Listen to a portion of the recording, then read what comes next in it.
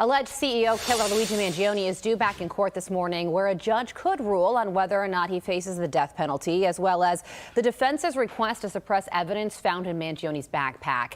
And listen to this, just hours before today's scheduled hearing, a man from Minnesota by the name of Mark Anderson was arrested for allegedly trying to break Mangione out of jail. He's also accused of impersonating an FBI agent while showing up to prison with a barbecue fork and pizza cutter.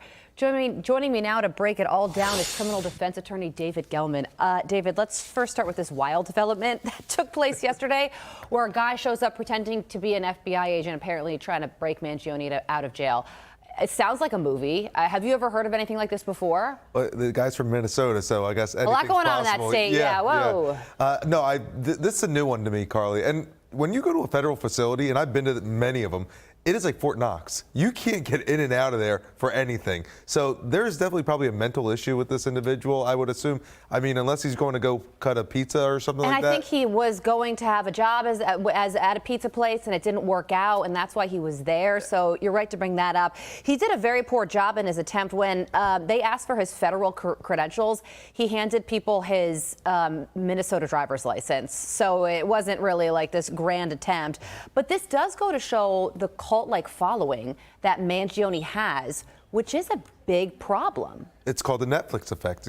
This is what I've been saying about with these killers who are, being sensationalized. This is just one in a million people who just are loving Mangione. They think he's a great guy. They think he's almost like a godlike individual. And it really is a shame. And this could be interesting for a trial, because how are you going to get a jury when they have to all be, just not biased at all? Yeah. It's going to be very difficult. That's a really good point. And this particular person, he was arrested yesterday inside the Brooklyn jail, so at least they didn't have to take him very far.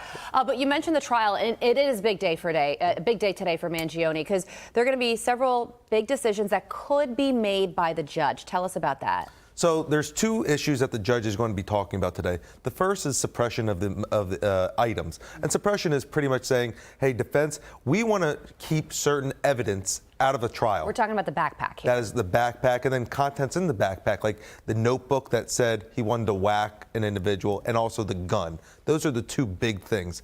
I don't think the judge is going to actually suppress these items, though, because I don't think the police did a really bad job when they searched Mangione originally in Altoona, Pennsylvania. And when it comes to murder trials, judges are very, very skeptical about keeping evidence out. They want to let everything come out. So I don't think this is going to happen. The second thing the judge has to consider today is the death penalty. And in my opinion, I don't think that the judge is going to really touch that today. I think the judge is going to leave that open for later on down the road. Okay, so if the judge does decide to move forward with the death penalty, that could push the trial to a start date of January 2027?